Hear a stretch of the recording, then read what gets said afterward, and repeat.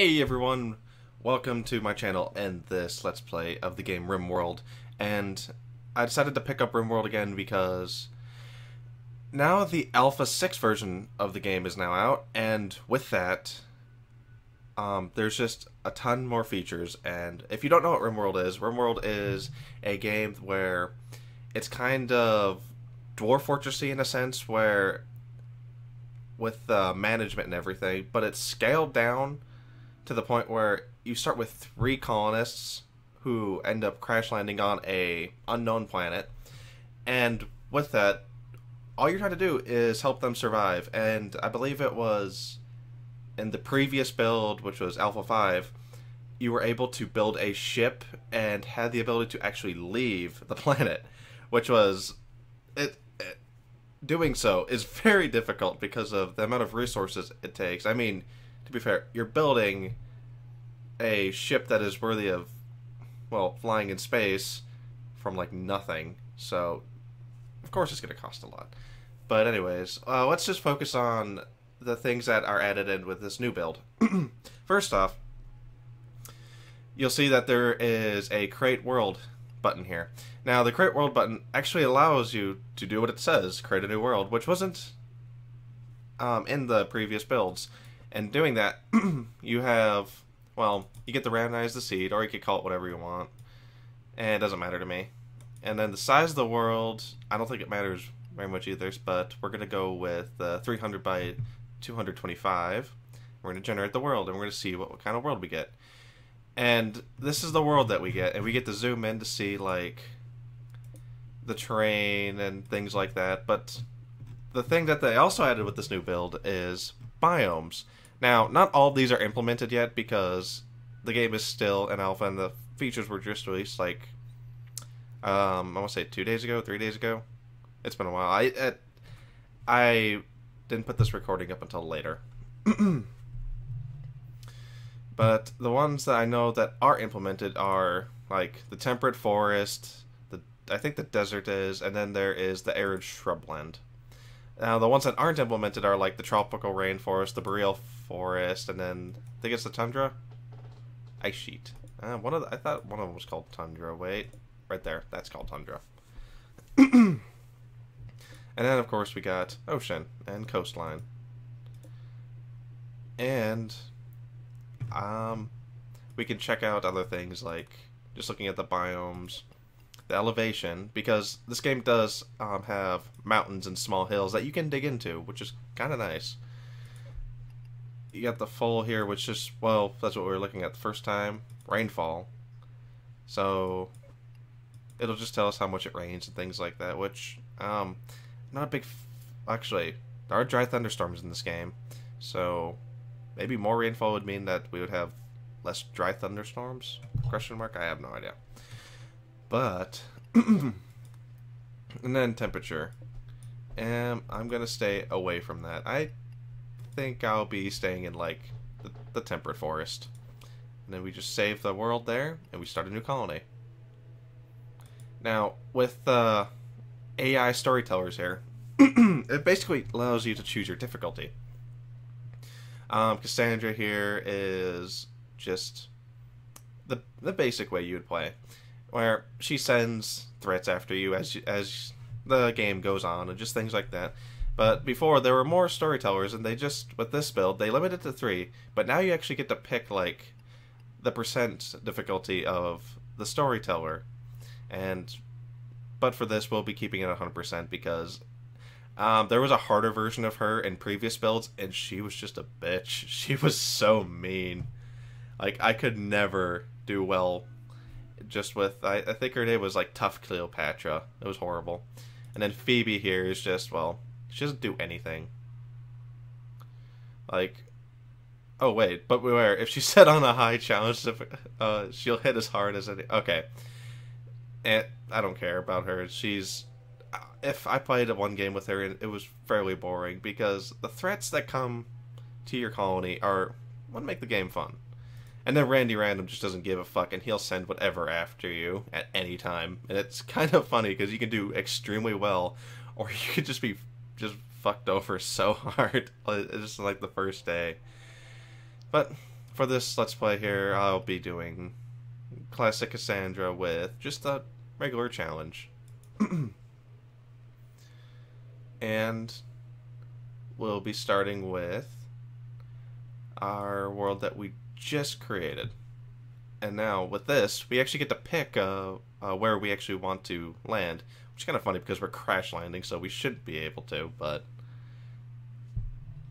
like I said, we're going to start in the temperate. And... small hills. I like that. Small hills. Select site. And now with this, we get to actually see how our colonists will be. And... how this is right now, I'm not okay with it because if you look at these stats here, these people cannot build stuff worth just, it's just horrible. Wait, this is a new, backstory though. So what we can do is we can optimize. Oh, and another thing with this new build is previously the trait system was worthless. It was there for just flavor text. Now it's actually like worth something. Actually looking at it because like this person is a psychopath. She has no empathy. The suffering of others doesn't bother her at all. But that's a kind of a good thing because in this game, one of the major threats is just the mental fortitude of your colonists. And this would be amazing, but then she also doesn't get a mood boost for talking with people, which is one of the big things, because your colonists talk to one another quite often. I mean, if you're stuck in a colony with two other people, you're bound to talk to them, unless you are, like, the most antisocial person ever, and you just, like, sit in the corner and play with a rock while everyone does the work. Alright, no, I shouldn't say that. That's not being fair. You're just that quiet guy that minds all day. And just grows potatoes. There we go. But, anyways, we'll just randomize just a little bit until we can get someone who is fairly well balanced. Like, you know what? Fast walker. What's this do? Oh, self-explanatory. And another thing with this build is that medicine actually has a use where it didn't. Where it was, if someone was injured, they'd either die, or they would just lay in a bed and eat and just slowly regain health until the point where they could start moving again. And then they would start... they'd be able to do things, but they'd still be healing over time. Now, with this, I'll show you in a second. It actually has, like, a tracking system for the injuries on your colonists. And... oh, I should not have gone past that person. That person was really nice. Let's go with someone like that. That's actually pretty nice. Adventuring child. What's this one? Axel was raised to become an engineer. For years, he planned to stow away on a cargo ship and start a new, more adventuresome life. One night, after his parents fell asleep, he managed to sneak aboard a cargo ship just before it left the port. Okay. And hired assassin. Okay. He was a master thief, and then he just killed people. Okay, what's this? Steadfast. See, now, this is one of those things. Just, he can handle more stress and he won't, like, have a mental breakdown. And this just... I actually don't know what that's for. I guess we'll find out together. Okay. Well, his name is Hurdle. And then... we'll get someone who is a scout and a deep space miner. They're hard workers, so that means they work faster. Okay. Now, I think we need someone who can research. We have a doctor now? No, we don't have a doctor. So, we're looking for a doctor. Well, it's not a doctor, but you know what? Good enough. And then psychically sensitive. There it is again, but I don't know what it is. And we won't be renaming anyone, because in the past that's just been bad luck. So, with that in mind, let's get started.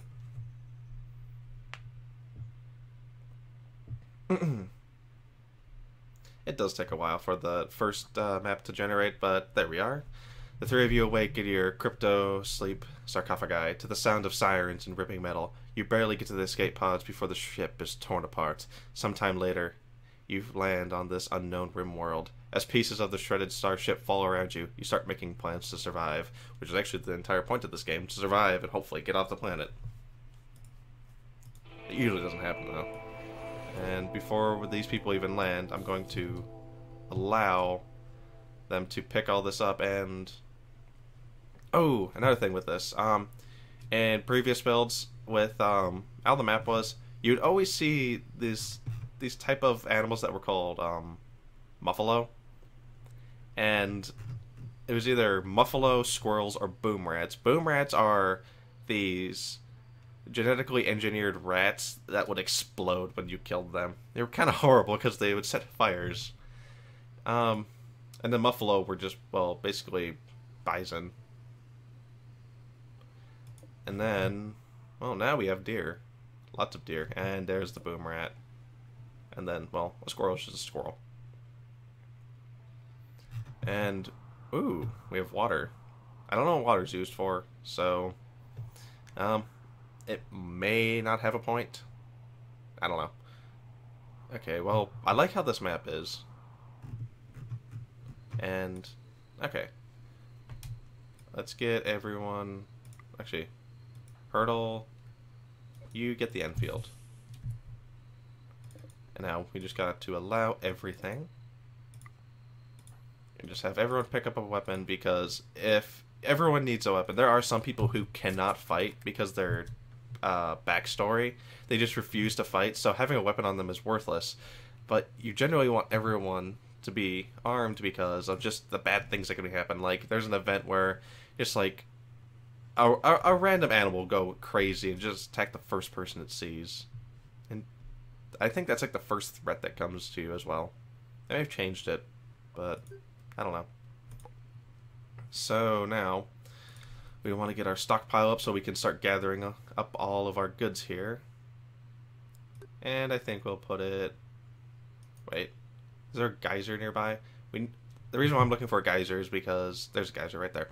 It allows us to build a geothermal generator, which is just constant power, and it's nice as a backup because the only other power source you can get in the vanilla version of this game is from solar panels. And solar panels are lovely because of the amount of power they produce, but there's events like solar eclipses that, well, that should just tell you. It blocks out the sun, so no solar power. It's horrible. So I'm actually thinking about building here. So I'll put a stockpile, like, but this is fertile land, which allow crops to grow better, but, you know what? We'll build over here first and we'll expand out this way. And I think we'll eventually, like, wall this off or something. I don't know. Alright, stockpile. Stockpile will go right here. And then we need a dumping stockpile because all these rocks is going to bother me so much. It will just be a slow effort just to remove them all and turn them all into like stone bricks or something. But dumping stockpile goes here. Now we need a grow zone. And the grow zones will be like here and here. I like how that looks. And oh yeah, there is a kind of a job system for this game where, and in the first couple days I want everyone doing everything, just because everyone needs to pitch in to help build the colony from the ground up. And oh yeah, and we should probably check out to see who we are friendly with. And ooh, we have 2 people who are actually nice to us, which is very nice. But now we have 3 people who are hostile towards us, so that's 3 people who will just be wanting to kill us. And the people who attack you in this game are just utter assholes. They give no shits about you. And as we're building up here, actually, what kind of terrain is that? Oh, mud. Okay. Ooh, I should like. Oh, I know what I could do with this. Okay, if you look over in the bottom left-hand corner there, you can see a mud walk speed percent. I could use that as just, I could put walls here and then force the enemy to go through that mud. And there's not that much cover there, so they'd be moving slower and they'd get shot up. Ah, I like this plan. But at the moment, we need to build just a little cabin. So I'll build it like this. It'll be a fairly large cabin. Like that. I'll have a lovely wooden door with a floor. And hopefully they start building it fairly quickly because this does need to be done. And as these people are constructing and everything, we can check on them. And by clicking on character, we can look at their stats and everything. And as they are doing a task that is involved with one of these skills, they will become better at it. And this little fire next to it is just their passion for it. And the fire next to it allows them to, well, learn it faster. Normally these people learn at like 0.3. Yeah. Well, people with the fire learn at 1, and then I think the people with 2, yeah, they learn at 1.5. So with that, and oh shit, we ran out of wood. So with that, we're gonna put the order to chop down these trees right up here. And that tree. No, guys. No, not the potato plant. Come on, Hurdle. Chop down that tree. McDowell, chop down that tree. And we need to get these. We need to get this broom up and everything because we need beds. So furniture. I would like these sleeping spots are nice. It's just like a little quick way to do it, but I like people just having beds on the first day.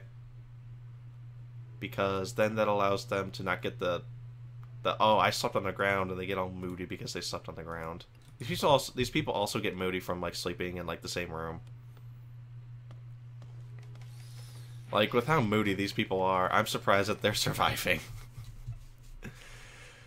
But okay, well, we survived the first day, and I guess with that, well, hopefully I've been explaining everything fairly well. If I think that I haven't been, I'll explain more in the next video.